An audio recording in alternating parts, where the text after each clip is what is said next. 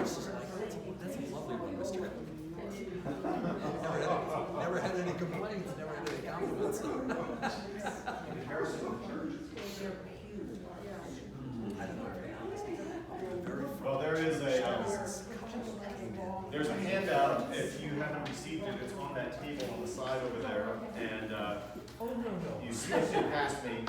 And we have been covering. There's a handout right over the side table. Any chair is fine. And we have been covering various cliches, and in that process, we've talked about a little bit about what cliches are. What's the definition of a cliche? Does anybody have a recollection of what that definition, general definition, was? The line you toss off if you've got nothing else to say. Very close. It's a line you say without thinking about it very much, and it does generate feelings when somebody receives it, and it can also mean that you are thinking in a certain way. And so you have to explore that as you are as whatever you say, you need to kind of explore it and understand it, and figure out how it intersects with what you truly believe about certain things. So this is why this class is set up, is to do a little exploration. I can provide some context, but I encourage everybody to participate and raise your hand, ask questions, interject, because we all learn from each other, and that's it's really important to learn from each other in a church. That's what a church is all about: is gathering people together to explore our faith together and think about how we can work to make the world a better place. So today's cliche is love the sinner, not the sin. This is on bumper stickers. If you look carefully, you can find this. And the bumper sticker is actually, it is a quote from Gandhi. Important person, back from his autobiography, which was in the early part of the 1900s, I think 1929 or something like that. And in this autobiography, he did say, love the sinner, not the sin, or hate the sin and not the sinner. But then he goes on, if you were to actually go and look at the quote and read on, it says, hate the sin, not the sinner, is a precept which, though easy enough to understand, is rarely practiced, and that is why the poison of hatred spreads in the world. So, very easy to say and to think about, but really very hard to implement, which makes it hard to, makes the world actually poisonous, is what he was saying. So we use that easy sentence. And also there is some background in this saying in St. Augustine, who was around in the 400s, so many years before Gandhi. And he said to the nuns about being chaste, he said, love mankind and hate sin. Now that is slightly different in the way that it's said. Of course, and I don't believe he would have said, love the sinner, not the sin. Whatever you think about this cliche, it is not in the Bible. Jesus never says, in any of his quotations, love the sinner. He never says that. And he often will talk about sin as something that we do, but he is not talking about it as something that you hate. He's talking about something that you need to avoid. You need to change your life. You need to redirect your life in different ways in order to get around sin or to face sin in your own existence. So, we have Gandhi, we have Augustine, we have this idea that it's not biblical, it's not been stated in there. Now we're going to look at what the main word in this little passage, love the sinner, not the sin, is the word sin. So I think we need a definition of that word. What does it mean? Yes, sin.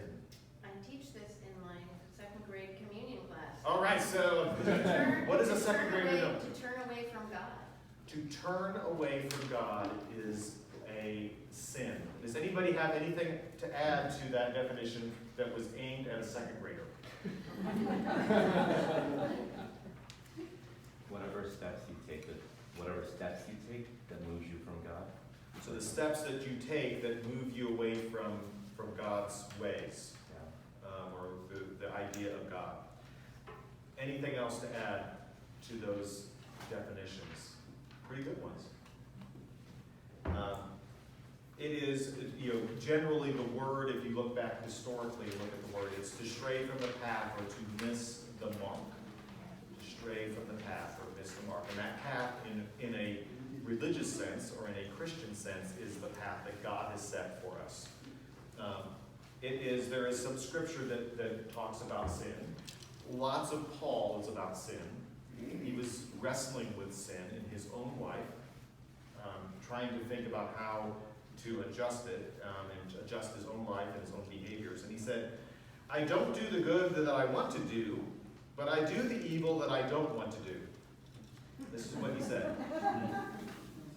We can all, I think we can all relate to that. We don't want to do things, yet amazingly we still do them. We still get distracted by things and we kind of move along these paths. That's what sin is all about. But the passage, the cliche that we're talking about today, and we'll talk about a little bit more here, is love the sinner, not the sin, is saying in some ways that there is a level of sin, that we can measure the amount of sin, and we can put it on a scale that says some is worse than others, or the opposite of that, that all sin is equal to each other.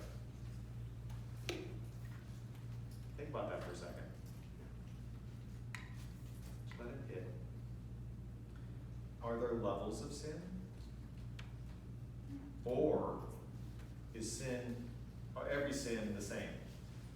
Has the same value? I don't think so. You don't think so what? I think there are levels of sin. Being angry with somebody is one thing. Doing away with them is very nice. All right, so here we have I'm sorry, there's something.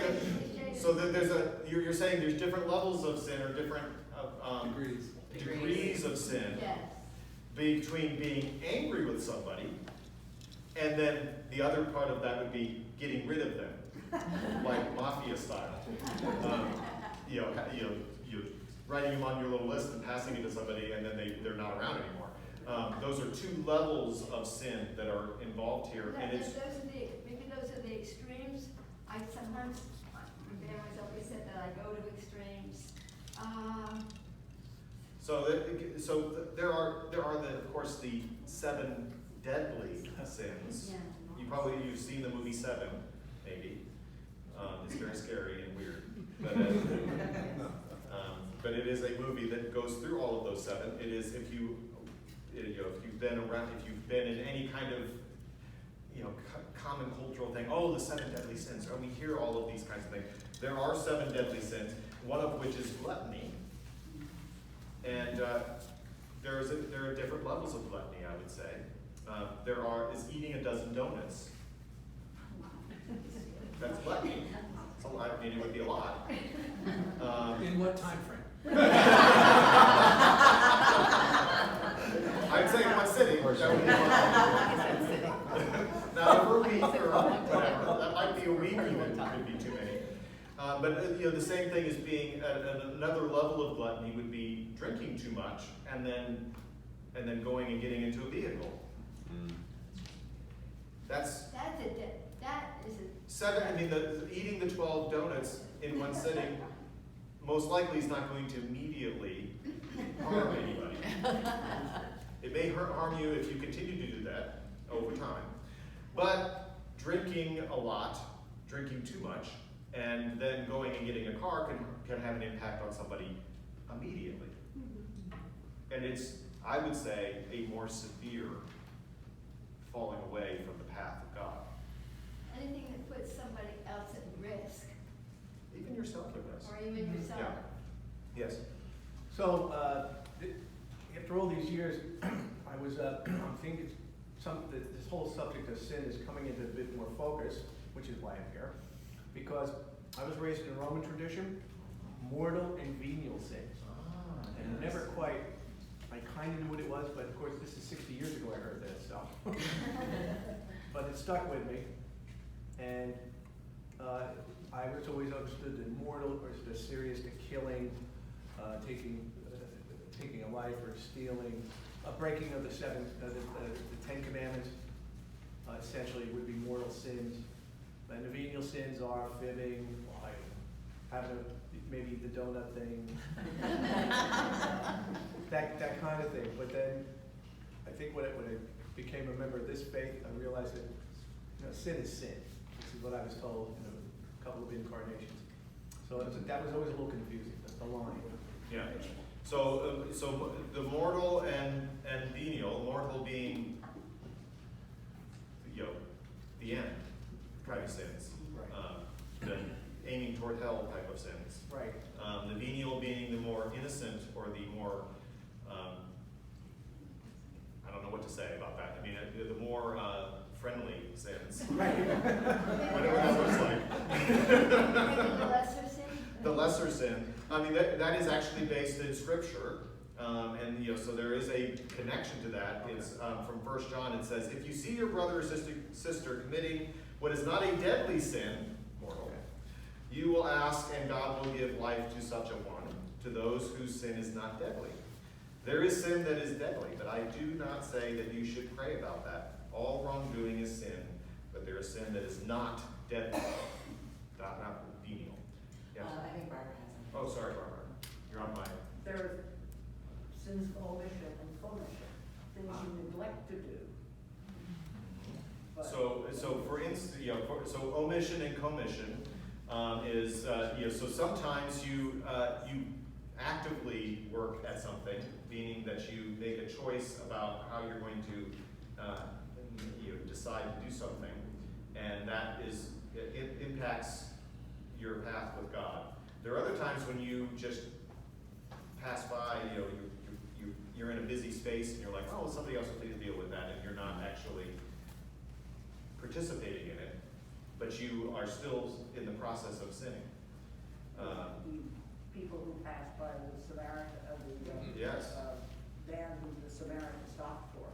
Right, they were just like, well, I have something to do, so I'm gonna keep on track, but they didn't stop, so they omitted, or through omission, they did not participate in a sin, even though you could say that they didn't pay attention to their neighbor's needs. Yeah, Michael here. Well, there's also intent. I can remember many years ago reading the Canterbury Tales, and I can't remember which tale it was. It might have been the Partner's Tale, but the devil tries to claim the sinner, and God says no, because there was no intent to sin. So if you sin unknowingly, it wasn't a sin. So I mean, even in criminal law, intent is important. It certainly, I mean, and that goes back to the venial and mortal. I mean, sin is nearly impossible to totally avoid. You can't, if you're basing it on things that you might omit, there's not enough time in the day, and you fall away from the path of God. You're always in effort to do that, and that's one of the things that this cliche is trying to capture in its very short number of words, is that we're all sinners. So I should continue to love sinners because I want to be loved. There's a piece there that's true in this cliche, but we're going to talk about some other pieces that may be not as clear as that. Yes? Of course, we don't all agree on what's a sin. For instance, I was not supposed to knit on Sundays because... Knit? Yeah, well, because it's one of the commandments. You Not should rest on the purpose. Sabbath day? Yeah. Rest on the Sabbath day, so But no. of course, I didn't think it was a sin. So you then said, oh, I'm going to to continue doing that. All kinds of other things like that. So one of the things that Jesus in his life was preaching about a lot was about the commandment of remember the Sabbath day and keep it holy. And if you go through his teachings, it was obviously a major rule of the Jewish, at the time in the Jewish tradition, it still is in some Jewish traditions, about not working on the day of the Sabbath, which was the seventh day, the seventh, which is Saturday. And Jesus was healing on the Sabbath day. He was doing things that were helping his neighbor out, and people were questioning him about that all the time. And Jesus said, hold on 1 second, what is the rules that are in the commandments are, if you focus all on the commandments, you're forgetting about what you're called to do and be. And that kind of gets at the point of what I'm going to get to at the end of this session is, when we are focused on the wrong, instead of thinking about the right, we get distracted and we start making judgments of other people, rather than looking at how we can direct our lives in a certain way. There's a difference there and a different feel on those things. There's a passage in here that I've handed out to everybody, and I'm sorry if there weren't enough handouts, but they are present here. I'm going to grab this one just for a second. I'll take it. I have an extra. Oh. Leave it extra. If you need one, there's little extras over here. It says from Matthew, this is what I call hyperbole. Jesus used hyperbole because that's how you get people's attention as a great preacher and teacher. Because you need to have some hyperbole because that gets your audience's attention there. This is from Matthew chapter 5, which if you are a follower of the Bible, you know that chapter 5 is the beginning of the Sermon on the Mount. And he's preaching. And he's teaching, in the process of that, he's trying to teach people about about sin, really, and how you're supposed to live your life. And he writes this, or says this: "You have heard that it was said to those of ancient times, 'You shall not murder, and whoever murders shall be liable to judgment.' But I say to you that if you are angry with a brother or sister, you will be liable to judgment. And if you insult a brother or sister, you will be liable to the council. And if you say, 'You fool,' you will be liable to the hell of fire. So when you are offering your gift at the altar, if you remember that your brother or sister has something against you, leave your gift there before the altar and go. First, be reconciled to your brother or sister, and then come and offer your gift. Come to terms quickly with your accuser while you are on the way to court with him, or your accuser may hand you over to the judge, and the judge to the guard, and you will be thrown into prison. Truly I tell you, you will never get out until you have paid the last penny." Very judgmental there. "You have heard that it was said, 'You shall not commit adultery,' but I say to you that everyone who looks at a woman with lust has already committed adultery." Sentis was talking about just being angry with somebody or doing them in. Jesus says, "Done. Still sin. If your right eye causes you to sin, tear it out and throw it away. That will make the whole world blind," as has been said. "It is better for you to lose one of your members than for your whole body to be thrown into hell. And if your right hand causes you to sin, cut it off and throw it away. It is better for you to lose one of your members than for your whole body to go into hell." This is a very strong statement. He's saying it's all about not looking at other people, it's looking at yourself. The cliche is love the sinner, not the sin.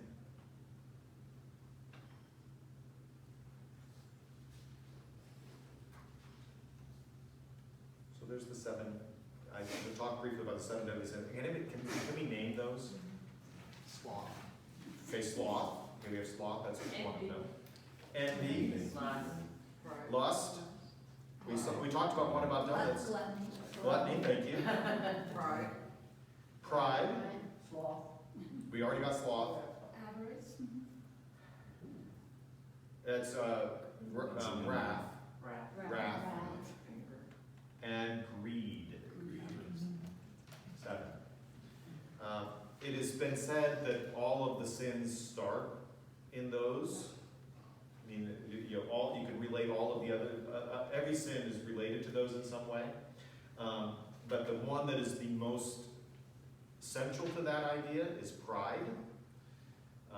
If you are sitting in pride, then you amazingly can get to all of the other sins quite easily.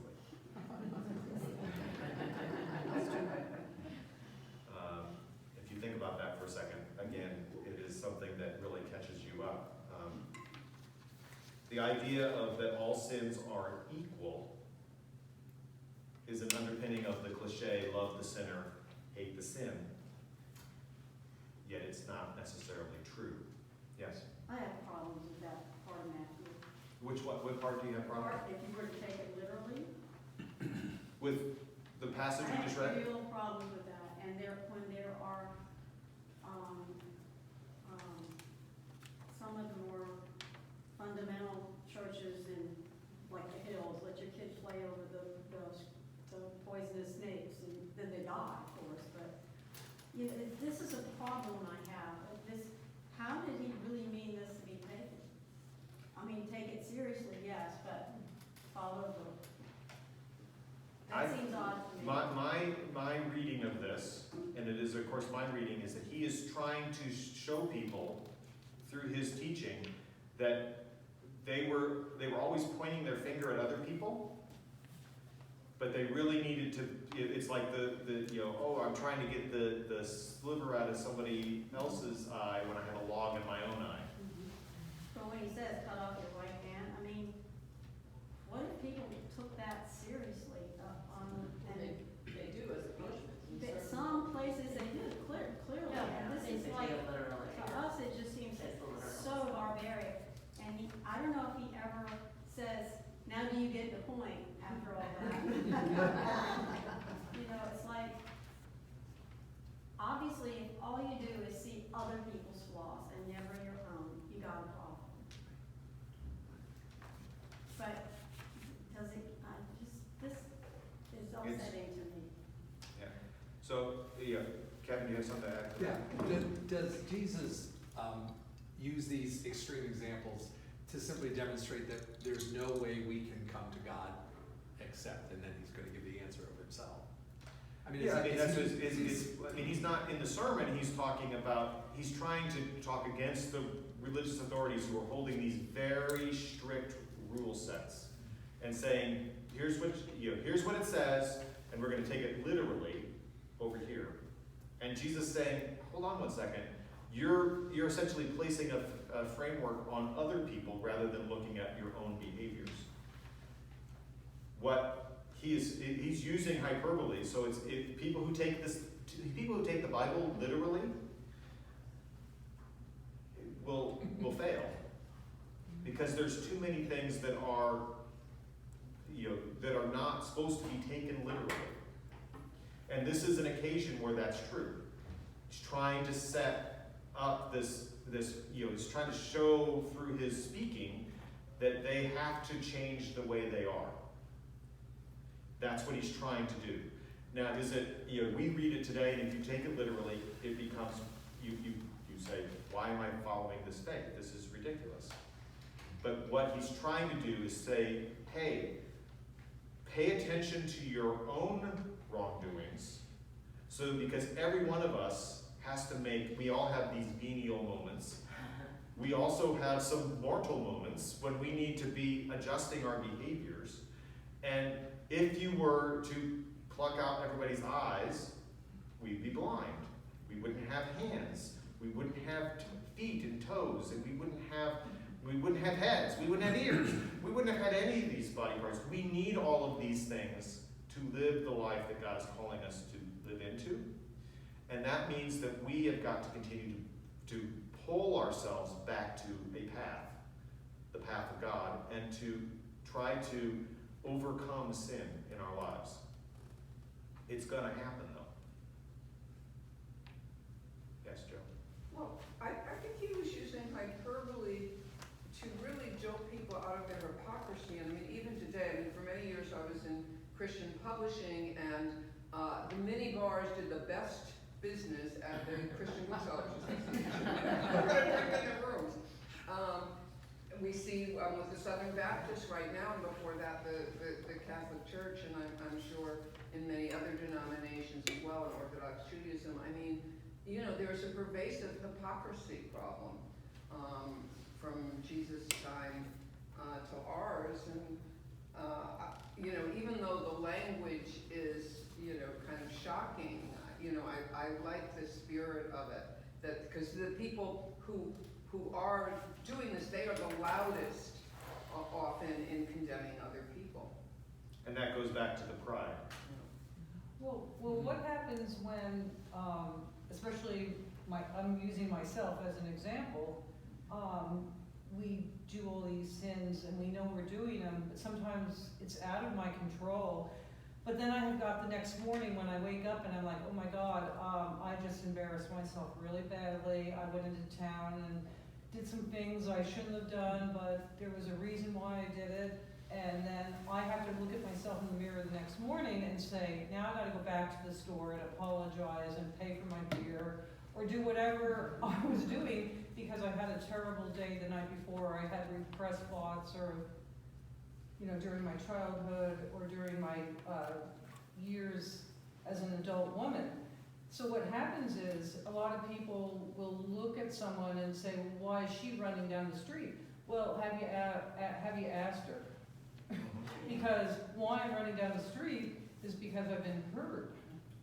And I just have this anticlimax moment where everything just falls apart and I run out of my apartment and call for help. But a lot of times people don't want to get involved. And then I have to go to my priest the next morning and confess, or go call my brother or sister and say, oh, I'm okay, I'm home, but it was a terrible night for me. So making the part of the making amends. Making for the things. amends So is very important. that's an important spiritual. Yes, because discipline. I can't continue my day until I say, oh my God, I gotta go back and apologize to everyone because I feel like such an idiot. And there are many people in the world that don't ever think they need to make amends. Yeah, I do, or I can't continue. Yeah, but it actually, the act, whether you to feel that you need to make amends and to actually do it, they help close the circle on you, on the things that where sin has gotten in your way. Exactly.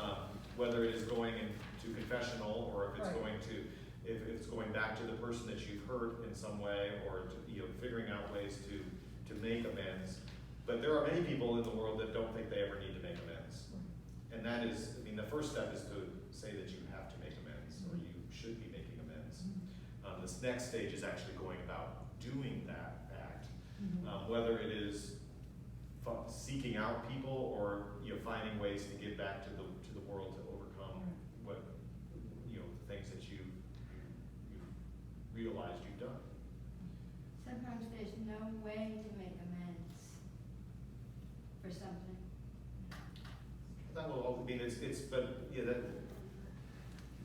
I think the act of trying to realizing that you have made an error and you've fallen away from God, you've had a sin in your life, is an important step to realizing that you got to make an adjustment.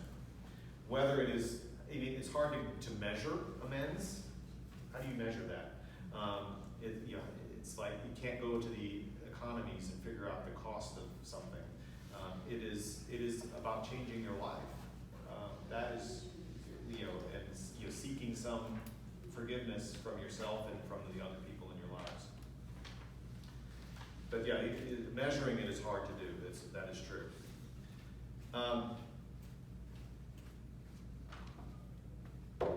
Jesus said, last week in the gospel lesson, it said, love your neighbor. We had there was a parable about that. Who's your neighbor? That's what Jesus said about loving.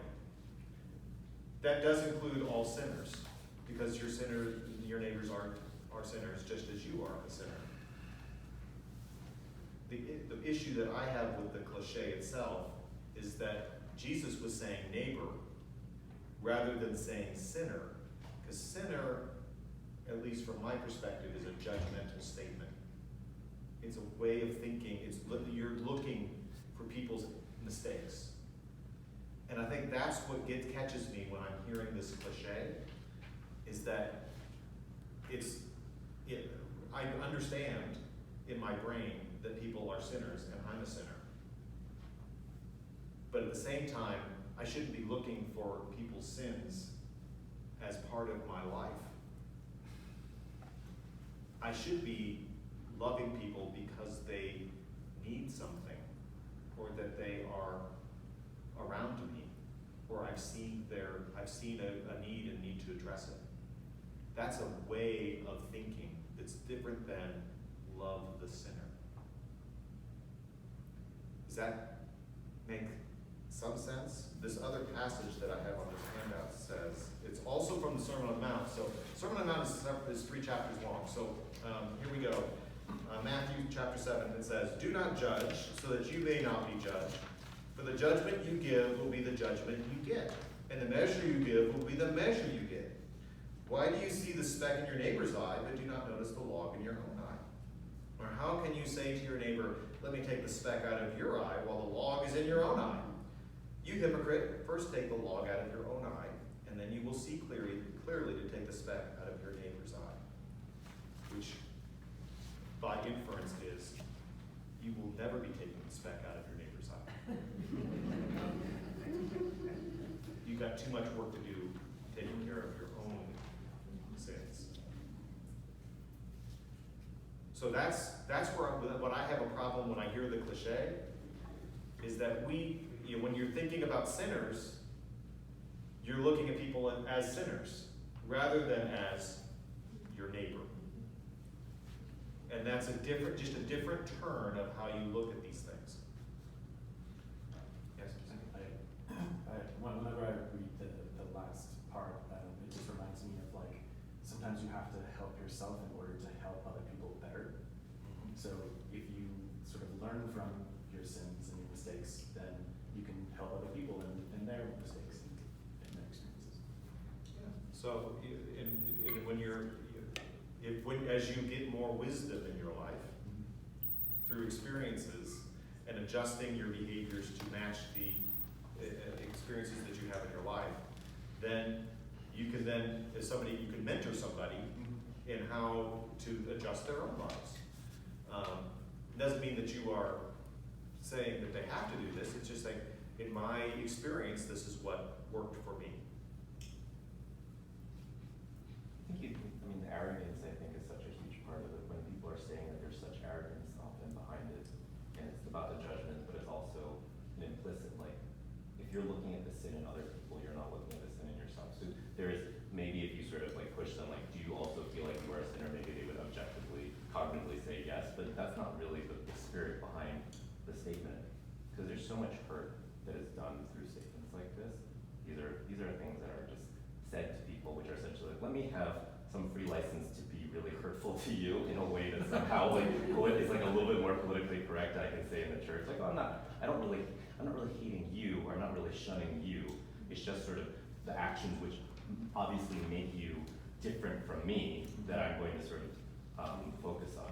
So I think that there is that, it's the arrogance, it's that separation of yourself, or from the speaker, from the person that you're talking to, that goes into why it's such a problematic sort of thing to say sometimes. So this maybe the spirit could be something really nice, because it is something that maybe, because I was really struggling, because when I was reading this before, I was like, I do sort of agree with it, love the sinner, like, not the sin, but I think until you just said, I was like, oh yeah, you're right, that's really, what people are saying is not really that, though. They're really saying, like, you are a sinner, and then I'm not a sinner, and so let me just sort of put you aside. It's separating us, rather than saying that we're part of the same community. We love the sinner. It doesn't say, well, I'm a sinner.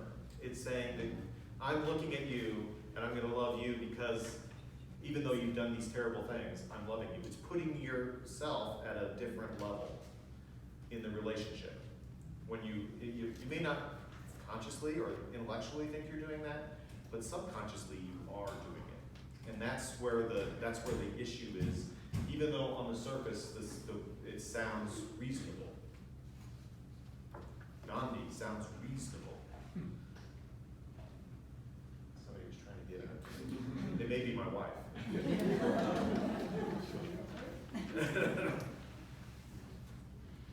So, in Romans, here's just a couple of quotations. Romans chapter 12 says this: "Let love be genuine, hate what is evil, hold fast to what is good." This is often used as a benediction, something to say to somebody to kind of set them on, in a direction. It's, let love be genuine. Hate what is evil. Of course you hate what is evil. That's a general statement there of how you are trying to find the goodness in the world. Hold fast to what is good. Make that your tether. But it's a statement about how you are orienting yourselves, rather than a judgment statement towards somebody else. What are other people's thoughts about this cliche and how you've used it, or how you've heard it being used?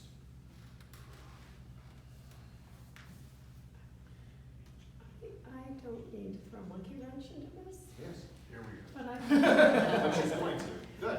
but I'm wondering if this could be how God looks at us.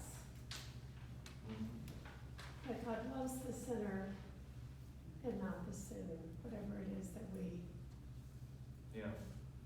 So if it was spoken from God's Perspective, voice, yeah.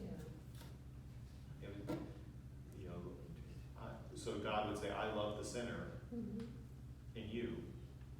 I don't like the sins." mhm, So by when we use it, we would be using it from the same perspective. We would be taking the position of God.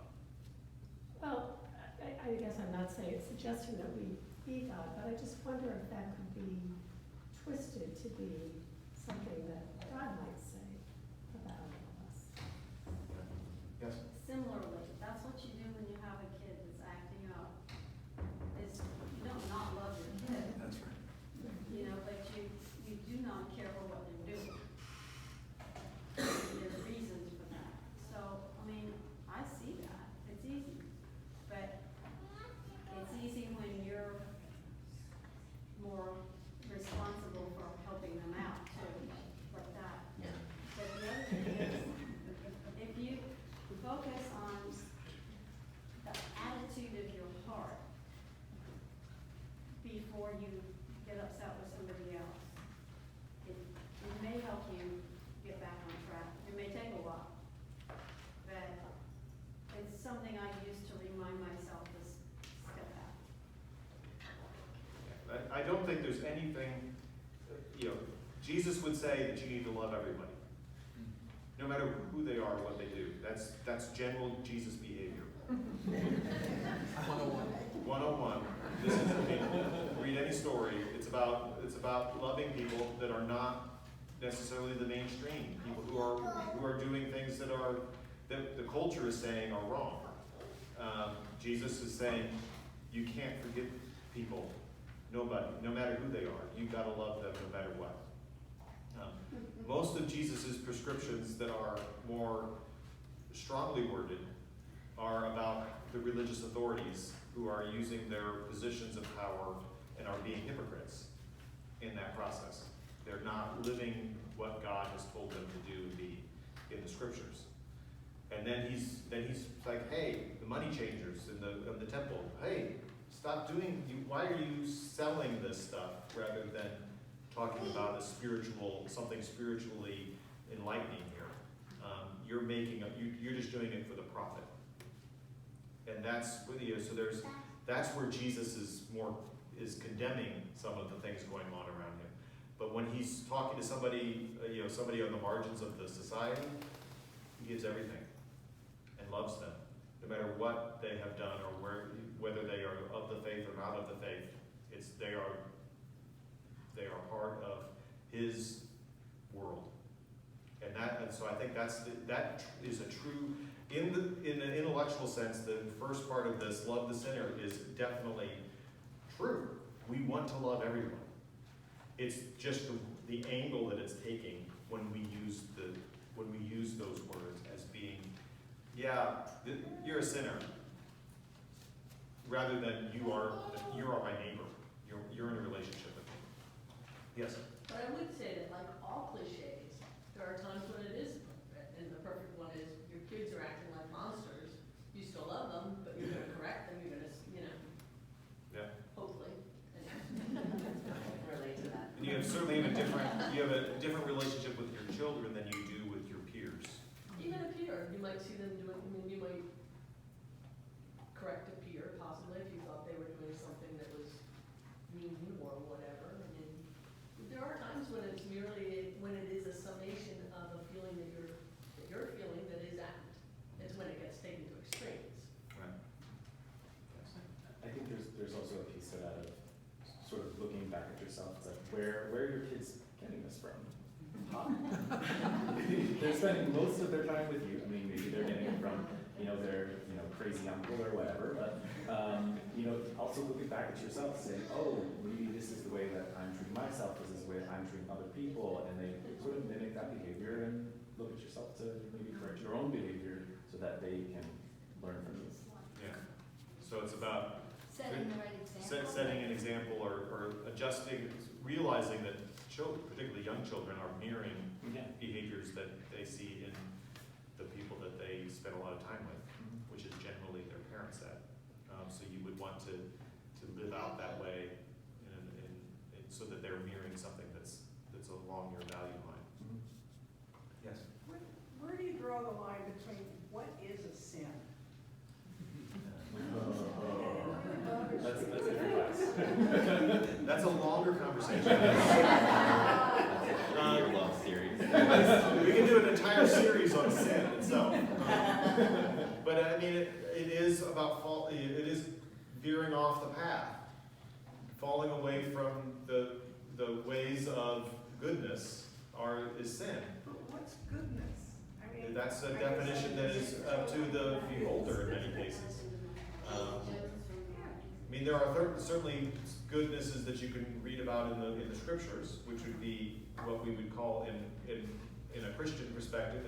That's where we would gain knowledge about what good is, and what the path is, or what we should be doing. And we have to keep interpreting that throughout our lives, because that will change based on the situation that we're in.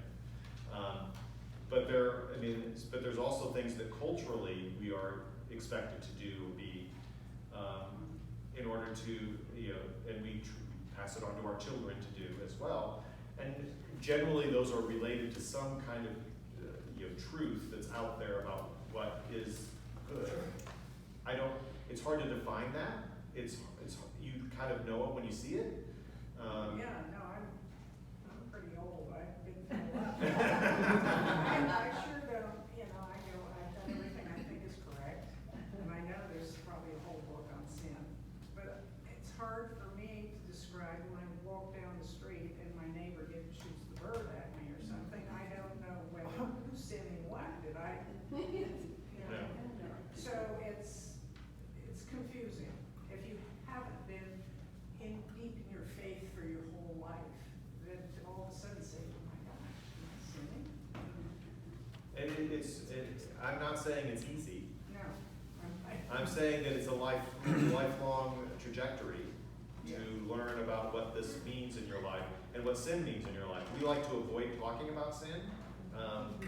Episcopalians just don't want to talk about sin. But there's work in kind of exploring what sin means to you and what that means for your behaviors.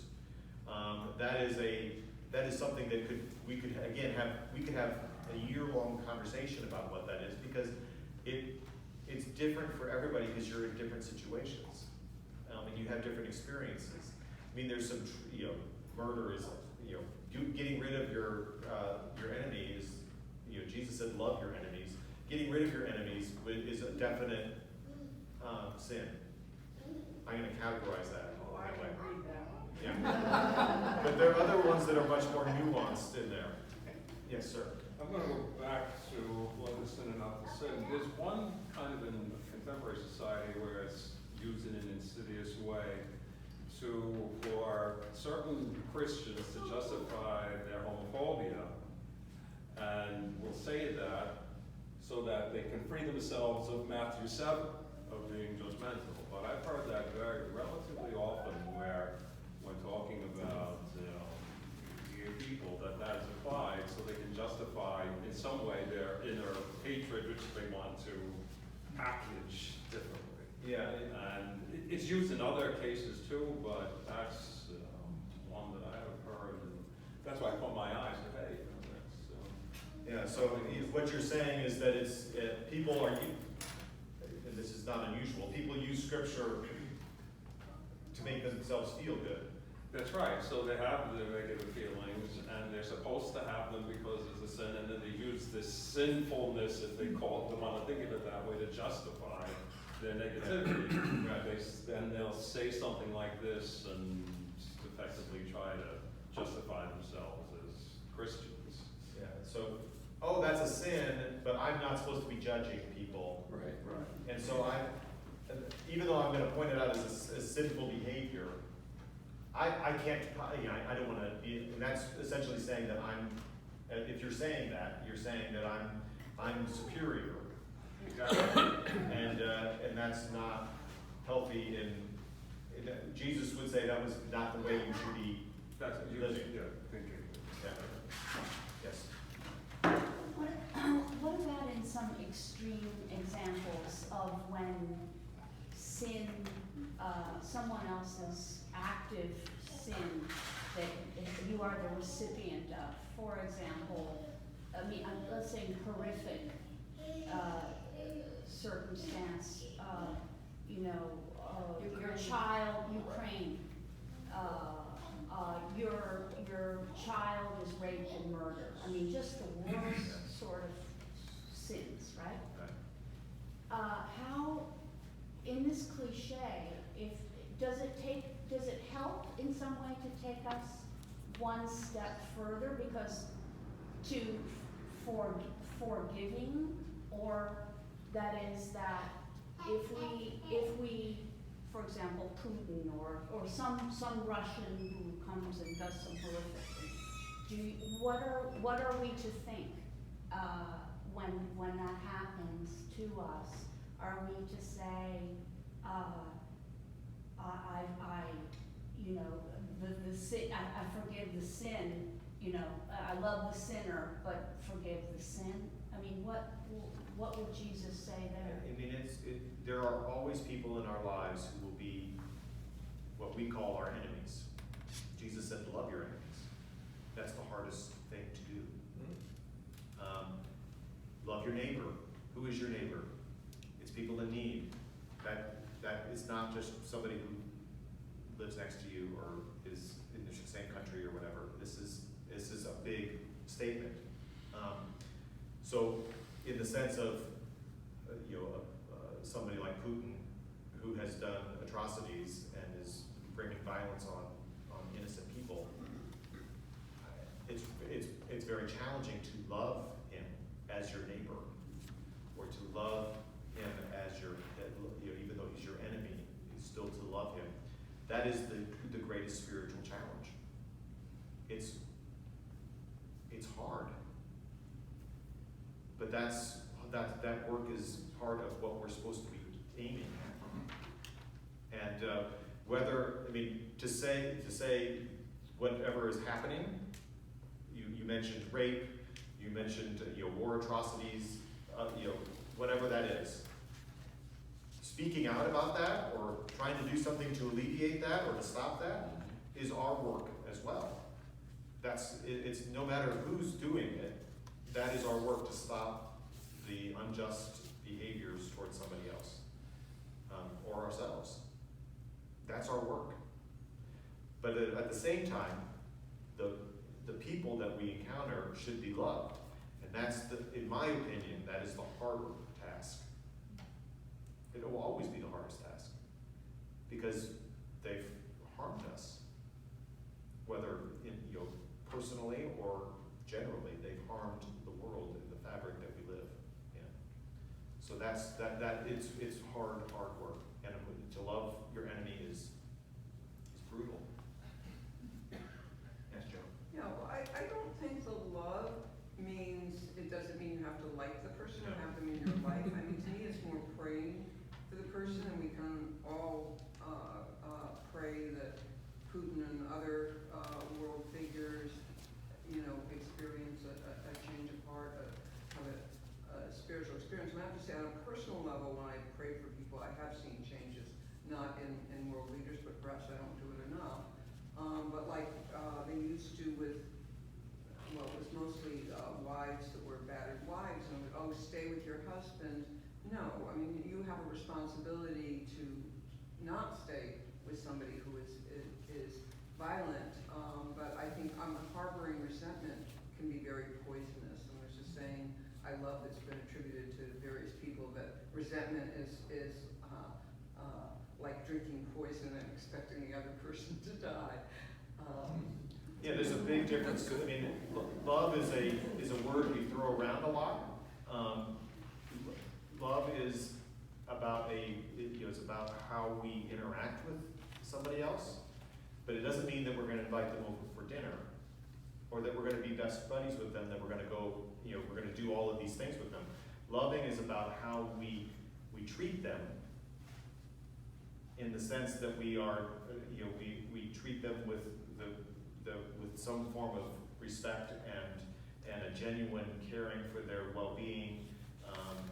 Not that we need to say that their behaviors are appropriate or the things that they've done are correct. We need to challenge their behaviors, but still love the individual person, because we are loving our neighbors and loving our enemies. Love or accept, sometimes, because I'm thinking of the conversations that we're having here, and sometimes when things aren't necessarily reciprocated, where you've made all kinds of effort to walk in someone else's shoes, and you don't necessarily feel as though they've done the same kind of work.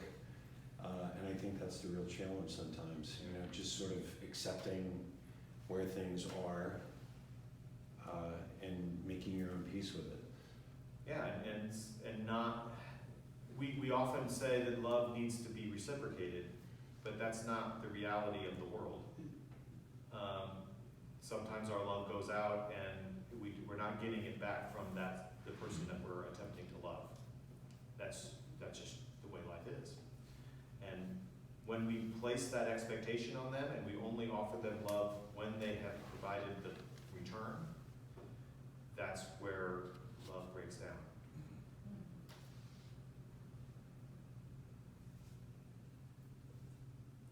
Thank you all. Thank you. Thank you, Father. Good conversation today.